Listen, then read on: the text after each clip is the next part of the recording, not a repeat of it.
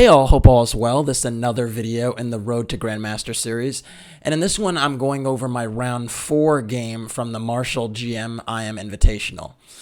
Now, if you followed the first few rounds, I started off with 2 draws and then got on the board with a win in my round 3 game against IM Levy Rosman. And I was looking forward to keeping that going in this one. My opponent here was Grandmaster Leonid Yudasin. Originally from Israel, living in the United States now, and one of the really talented grandmasters in the 70s and 80s, one of the really top players in the world. So was really looking forward to the challenge. I'd played him a few times before, many years ago, and of course I've gotten better since then. So I was hoping to show something different today. In any case, Leonid was white, and he's known for playing fairly offbeat systems, non-main line, so I kind of was wondering what he was going to do today. He opened with e4, which he normally does, and I went for e6, and then he went queen e2, and queen e2 was not a huge surprise because I did feel he wouldn't go for a main line French, but it was really unclear to me which sideline he would choose. And now with the queen e2 moves, he's kind of signaling he's going to do a King's Indian attack. Typically that setup goes like d3, knight f3, g3, bishop g2, and so on, and kind of keeps the tension in the center a little bit. Now the main thing with queen e2 is that you can't go d5. So if you go d5 right away, if takes, you can't take with the pawn because of this pin, and so queen takes would be a move here, but then your queen gets chased around potentially with knight c3, and it's not so pleasant to get your queen chased around like that. So instead, most people don't go d5.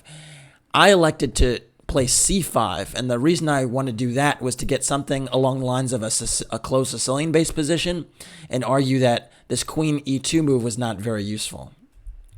Anyways, Leonid went knight f3, I went knight c6, g3, g6, bishop g2, bishop g7, castles, and knight ge7. And now the knight comes to e7 in these close Sicilian positions so that the bishop and the queen still have really good influence over the d4 square.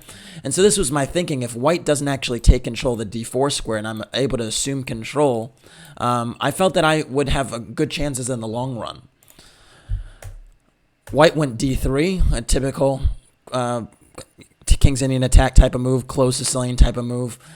Sometimes I wonder if d3 is entirely necessary, because an argument could be made for playing c3 right away, and I'll explain that in a little bit.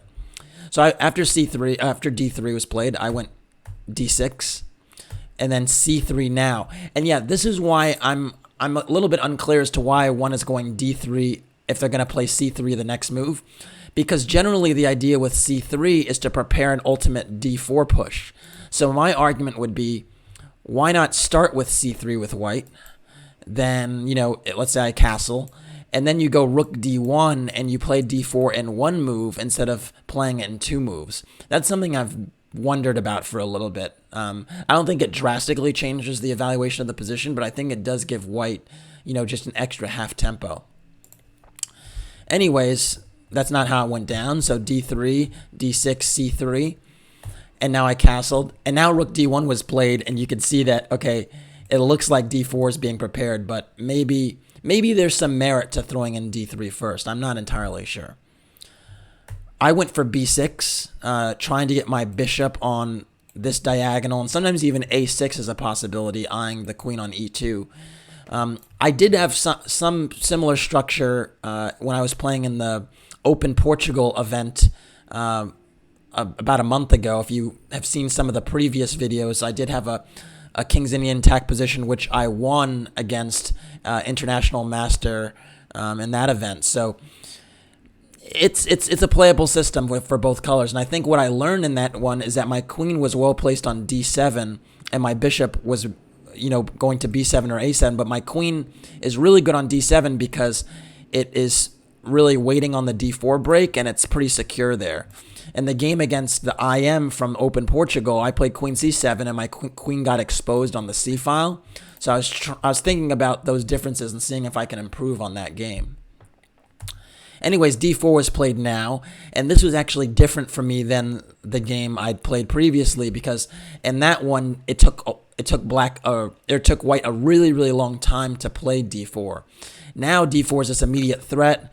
d5 might actually be coming to challenge my knight, and I was not sure about what to do with this tension. I decided to take on d4 because I was wary of these positions where the d-pawn is pushed. But the drawback of taking on d4 is that I actually am giving this knight on b1 the c3 square, and that's really the most active square for the knight. So an argument could be made that I should have just kept this tension just so the knight can't develop to the most natural square. But after c takes d4, I went a5, and a5 is probably a little bit of a mistake, honestly. Now, it's, grounded in, reasonable thought. I mean, I thought my bishop could go to a6, hit the queen with tempo, and just do a really good job on that diagonal.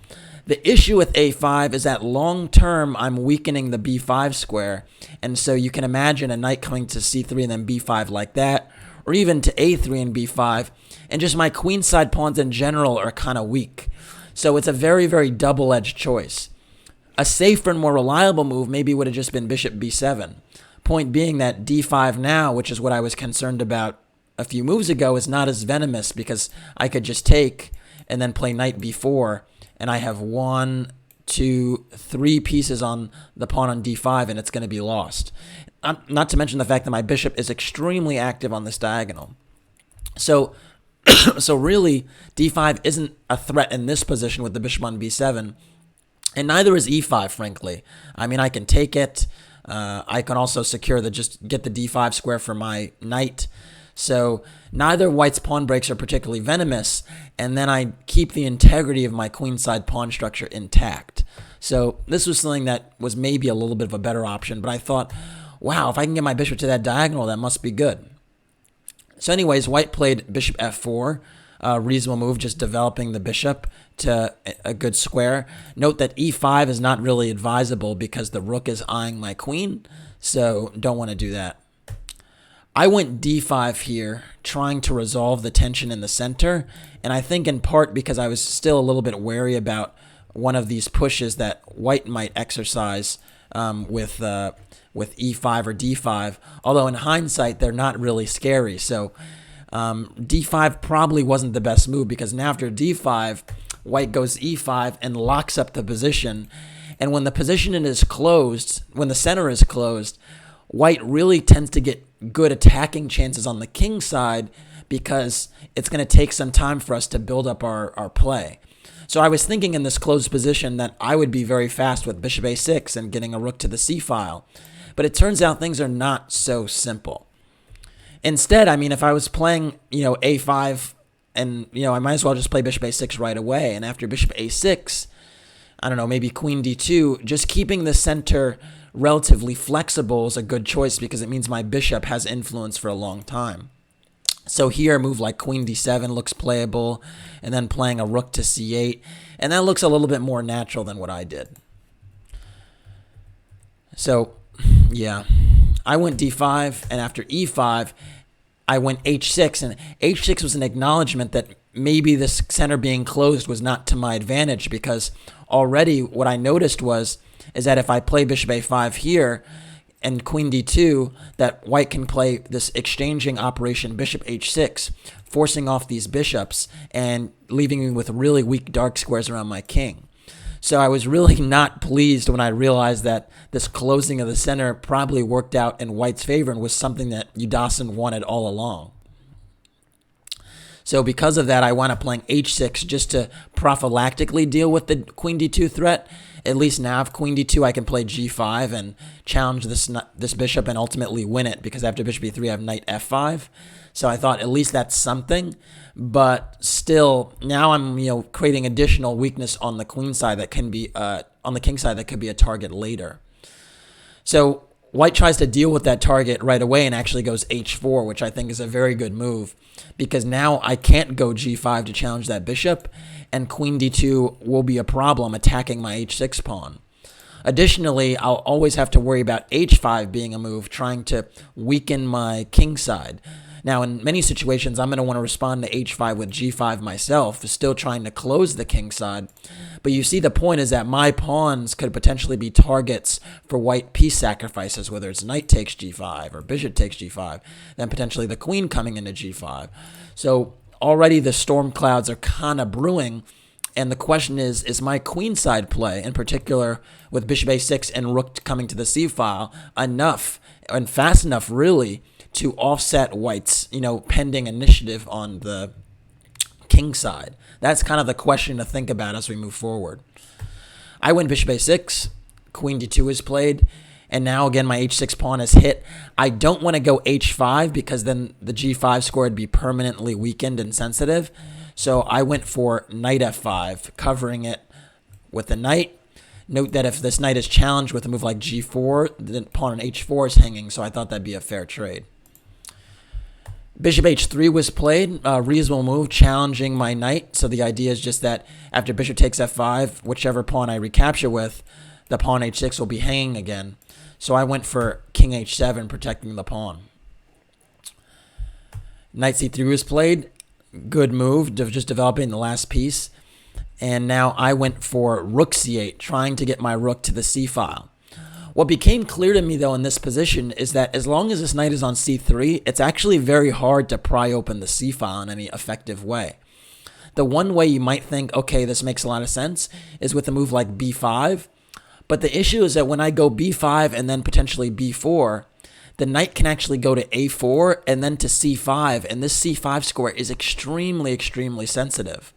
So the problem is that it's really, really hard to take advantage of the c file in any meaningful way as long as the knight is there. And if I kick it away, the knight gets new squares to work with. So I think the verdict here is that my closing the center really was in white's favor. White went rook a c1, preparing to deal with any potential counterplay on the queen side. And I went rook c7, a move that's kind of attacking and defending. It doesn't seem like it's going to happen now, but I am always considering f6 as an option. Obviously now my rook is hanging and all that, but there are some circumstances where I was thinking with rook c7, maybe my rook could swing over to f7 at some point. So, and then at the same time, I'm entertaining potentially doubling rooks on the c file. So it was kind of an attacking and defending move. White went king h2. I think that's a very, very dangerous move from the standpoint that he's pretty much saying what he's trying to do. He's trying to push these pawns and run me over on the g file, the h file, and he's not even being shy about it. So I think one of the things that's really disconcerting for me was the rook coming to h1, actually, and then the king going back to g2, and then h5 coming, and then a potential sacrifice on the g5 square. One of the things that's kind of important to think about is how many pieces you have around your king compared to how many attackers are coming at your king. And we can see 1, 2, 3, 4 pieces in the neighborhood for white right now. And then this rook swings over, it's 5 pieces. That's really concerning because for me, I really have 1, 2, maybe 3 pieces in the neighborhood. And so I really was wary of this type of, slow burning attack. I actually went rook h8 to prophylactically, deal with these threats. My idea was that if h5 comes and now g5, I thought I'd be well poised to deal with a sacrifice because now my king could go to g8 and then my rook would have the h file to play with. So I thought rook h8 was a very reasonable move, although it is extremely defensive. White went king g1, kind of, saying, you know what, maybe I was bluffing. I don't really want to go all in for this attack. But I think it is kind of interesting from the standpoint that he, made my rook, he sort of encouraged my rook to go to h8, and now it's really not doing anything there. So it is what it is. I went queen d7, trying to now re-entertain the rook coming to c8. And now white went bishop f1. Bishop f1 is an excellent move in my opinion. Point being is that my bishop was the really the star minor piece right now in the game from the standpoint that it was controlling a very important diagonal and stopping the knight from coming to b5. As we discussed, when I played this a5 move, the b5 square got very, very sensitive. So removing that defender of the b5 square is huge. And I'm kind of forced to get rid of it. So I went bishop takes f1, and then king takes f1 was played. And now you can see knight b5 is already a threat. And I wish my a pawn was back on a7 so I could cover the b5 square with a6, but it's not.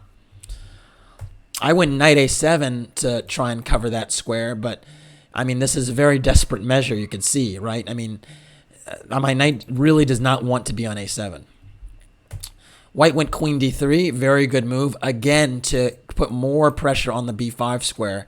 And you can see now white is pretty much better on both sides of the board, because on the king side, I have kind of this weird setup, and my pawns are a little bit loose.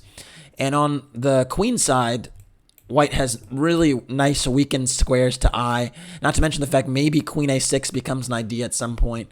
So not very fun. I went b5 to cover the square because I think one of white's threats in this position was actually to go a4 and dominate that square. So I went b5, so for once and for all, I can control it. But again, pushing these queenside pawns could be a problem. a3 is played, good move. And now I went rook hc8, doubling rooks. And I thought, okay, I'm pretty much as active as I'm going to be. I have these rooks here. Maybe the c4 square becomes sensitive with rook c4. And I thought, okay, maybe I have some counterplay here. White went bishop d2. I think relocating that bishop, it wasn't doing so much on this diagonal anymore. And now with the queenside pawns being pushed, it's eyeing this one. I went a4 trying to fix these pawns on the light squares because I thought the c4 square would be a great outpost for my rook. In hindsight, a better move might have been actually h5. Reason being is that even though I give up this g5 square, which I said, I probably don't want to give up, the point is that my knight on f5 is now really secure on that square and can't be challenged by any of white's pawns. Whereas with the pawn on h6, this knight can be evicted at some point by g4 and then have to go backwards. And this knight is doing a good job. I said the bishop on a6 I had earlier was a star piece. This knight is also a star piece as long as it stays there. So that may be something I should have considered. Anyways, I went a4, and now h5 was played, and this is another move I probably overlooked a little bit, and it's another reason why h5 should have been played for me.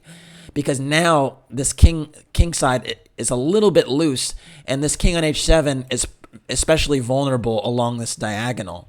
And you see a lot, actually, people fianchettoing with fianchettoed bishops around their king, putting their king on h7 to protect a h6 pawn. And I always am strong to point out that this diagonal becomes a real issue for you because the king really is not well placed here. It really should be on g8, but the issue is because this pawn was sensitive, I was guarding it before. Now this is the other tough decision, what to do with h5. If I take g takes h5, white goes knight h4, and then you could see that pin is a real problem. And first of all, this double pawns on the h file aren't going anywhere, so they're going to be targets. I decide to go king g8 because I thought this was maybe the best way to play and at least reintroduce the threat of f takes g6, because at least now, after knight h4, I could actually take with my knight. So let's say a move like king g2 is played. I could consider taking here, although rook h1 looks scary. I also just get my king off of this diagonal. So white played h takes g6, and I was kind of pleased to see this move because after f takes g6, I thought, now I have a new frontiers for my rooks on the f file. But the issue remains that my kingside pawns are a little bit weak. White went g4, and this is a pretty good move. Point being is that now my knight is forced back from the square, and on e7 it's a purely defensive piece, whereas on f5 it was actually eyeing some squares. So now white is kind of taking some space on the king side, and note, I really haven't gotten my counterplay on the queen side just yet, so this is something to keep in mind. White went king g2 now, and now this rook is coming into the game, and you can see all these pieces converging on my king side. I went queen e8, shifting my queen over to the action. Again, many positions you'll find that if the queen is closer to the king, a lot of times the attacks are a little bit harder to get off. Whereas if the queen is far away, normally the king is in really big trouble. So I was just making this move on those principles and over defending the g6 pawn, which could have been potentially vulnerable to a knight h4. White went knight e2. I think this is a really good move. Again, shifting more pieces towards the king side. And also this f4 square is really nice for the knight. I went g5 because I thought it was really important to take away the f4 square from the knight. But this move does weaken other squares, namely the h5 square. And again, whenever you push pawns around your king, there may be some real consequences. I even have to worry about now some sacrifices on g5. And for now, they don't work because I have queen g6, but it is something I have to worry about. And the other issue is my knight on a7. What is it doing here? It's very, very badly placed. I wish it was on c4, but it's not getting there anytime soon. And you can just see the fixing of the structure of my queenside pawns was just not ideal because I did not get the counterplay going before all this initiative started happening on my king side. White went bishop b4. Really good move. Just, putting a bishop on an active diagonal, targeting more squares, and you can see almost all of White's pieces are doing things, whereas my bishop is not very good and my knight is not very good. Those are two big problems. I went knight g6, trying to improve that knight, eyeing the f4 square. Obviously, knight g3 would run into a nasty royal fork, so that one is not going to be played, but I was happy to have my knight on this square. Because now, at least, it seems like now I only have one bad piece, which is the knight on a7. All right, rook takes c7 was played. Rook takes c7. And bishop c5. Really, really good move. I think this bishop just is plugging the c file, which was the source of my counterplay. Attacking the a7 knight, which may be a target at some point. And the only thing the a7 knight is doing is defending the b5 pawn. So there are some scenarios where if I lose this knight, my whole queen side drops. And the other issue with bishop c5 is this knight might come to c3 now and pressure the b5 pawn even more. So really, really good move. I went bishop f8 to try and get rid of that bishop and get rid of my worst piece. But the one thing about taking on c5 is it does give the white knight the potential d4 square. So something to think about. White actually took on f8. I went king takes f8. Note, this is not a move I want to play at all, but I have to do it because my queen has to cover this knight. And you can see White just has a little bit more coordination and space than I do. Now queen d2 was played. A reasonable move, getting out of the potential fork on f4 and allowing this knight to move. Also introducing ideas of rook c1. I went king g7. I thought just moving the king back to protect the h6 pawn and the g6 knight was important. I was also concerned in some lines about knight takes g5 and the queen coming in, so I thought at least having my king a little bit closer to support my knight freed my queen to do some stuff.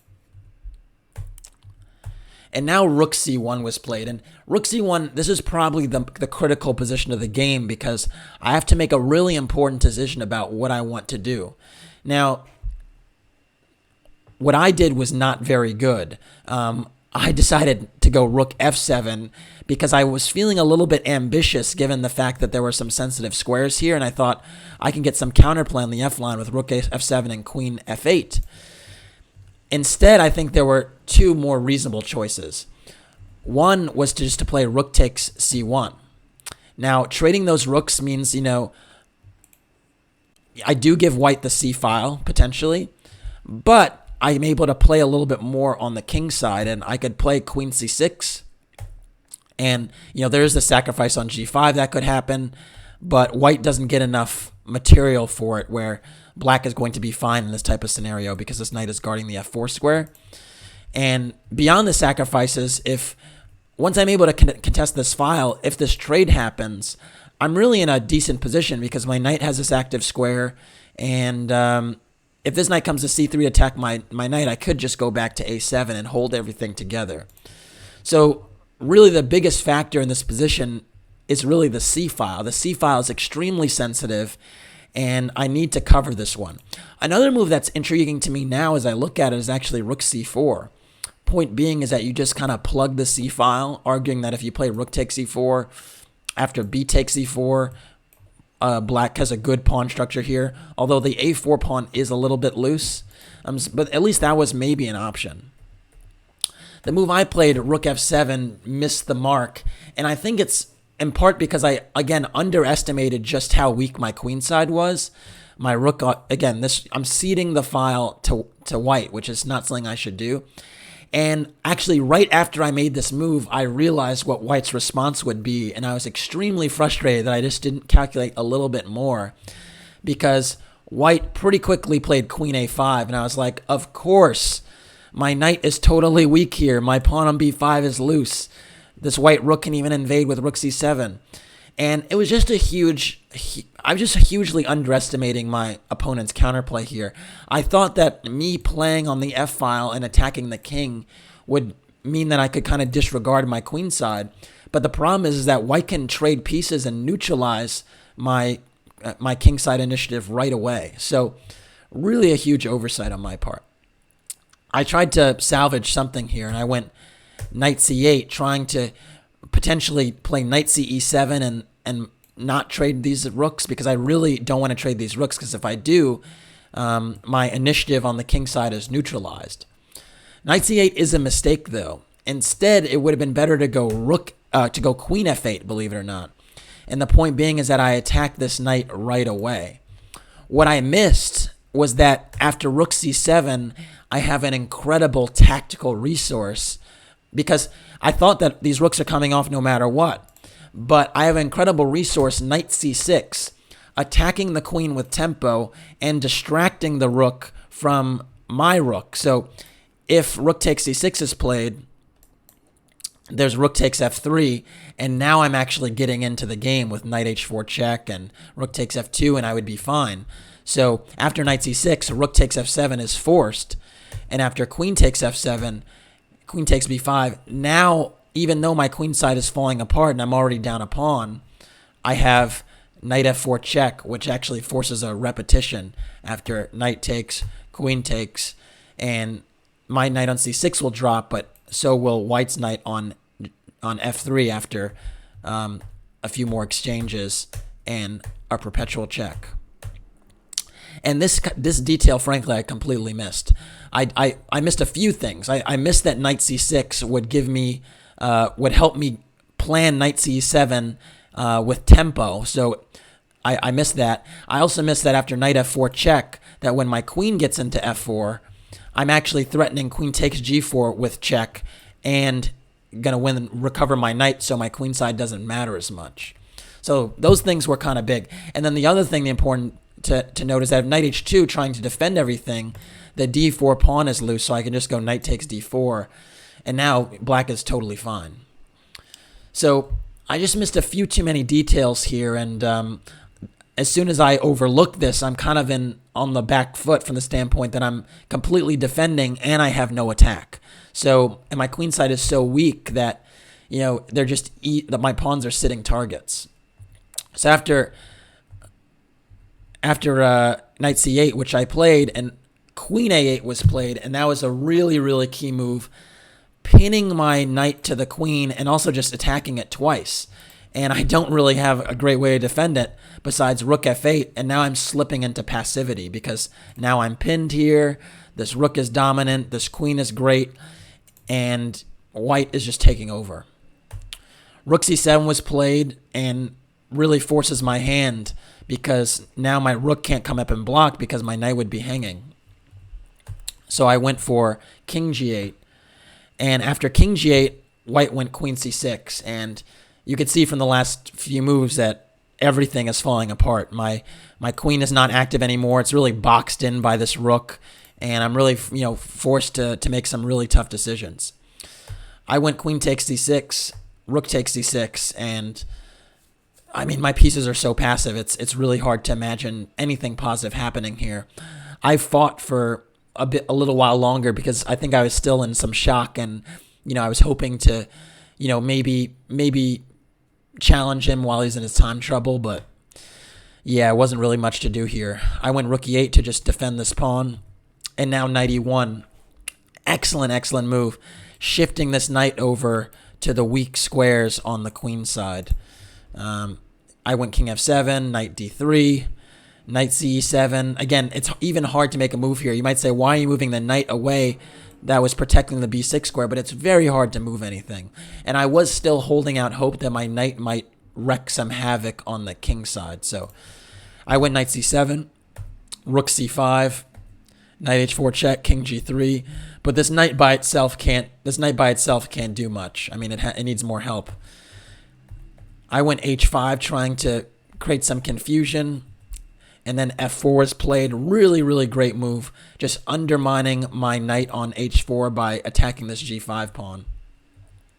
I took on g4, f takes. Now my knight has no anchor, so I went knight f5 check, but now white took this pawn, and now white is up a pawn with interest. This pawn is dropping, my queen side is dropping. It's a real problem. I went rook h8, trying to get rook h4 check in. Knight f4, knight e3, king f3, and knight c4. And I thought, okay, at least I'm targeting something, but now the g pawn is a problem. My pawn on b5 is a problem. It's still, my pieces are just not well coordinated. Rook takes to b5 is played, and now white is 2 pawns up. And really, I would have resigned if Yudasin didn't have like a few minutes left on his clock, so I was trying to at least make it a little bit confusing. I went rook g8 just to challenge this pawn. Rook b7, really good move, just pinning me. And you can see this whole game, white's pieces are just flooding my queen side and just taking advantage of my weaknesses, and it's just bad. I went rook takes, knight c3, so I got one of my pawns back, but you can see now another one looks like it's going to drop. I went knight d2, king e2, and knight b3, finally attacking something. But now knight b5 protects it and attacks at the same time with knight d6 check as a threat. I went rook g7, but I really can't do anything about the knight d6 check move, and it comes anyway. And after king g8, knight takes e6, and oh, my position is not a pretty sight at all. I mean, 2 pawns down, my king is weak, my rook is targeted. I went rook g2 check, just making pretty much a spite check, honestly. King f3, and then rook g6, attacking the knight on e6. And now white played rook b8 check, and I resigned because my king only has 1 square, the h7 square, right? But after king h7, knight f8 check forks my king and rook, and well, that would be all she wrote. I mean, it's been all she wrote, but that would officially be all she wrote. So in any case, really tough game to lose, because I think I kind of did expect the opening. I guessed correctly, but I didn't understand the line well enough. And what really led to my downfall, I believe, was the closing of the center by playing d5.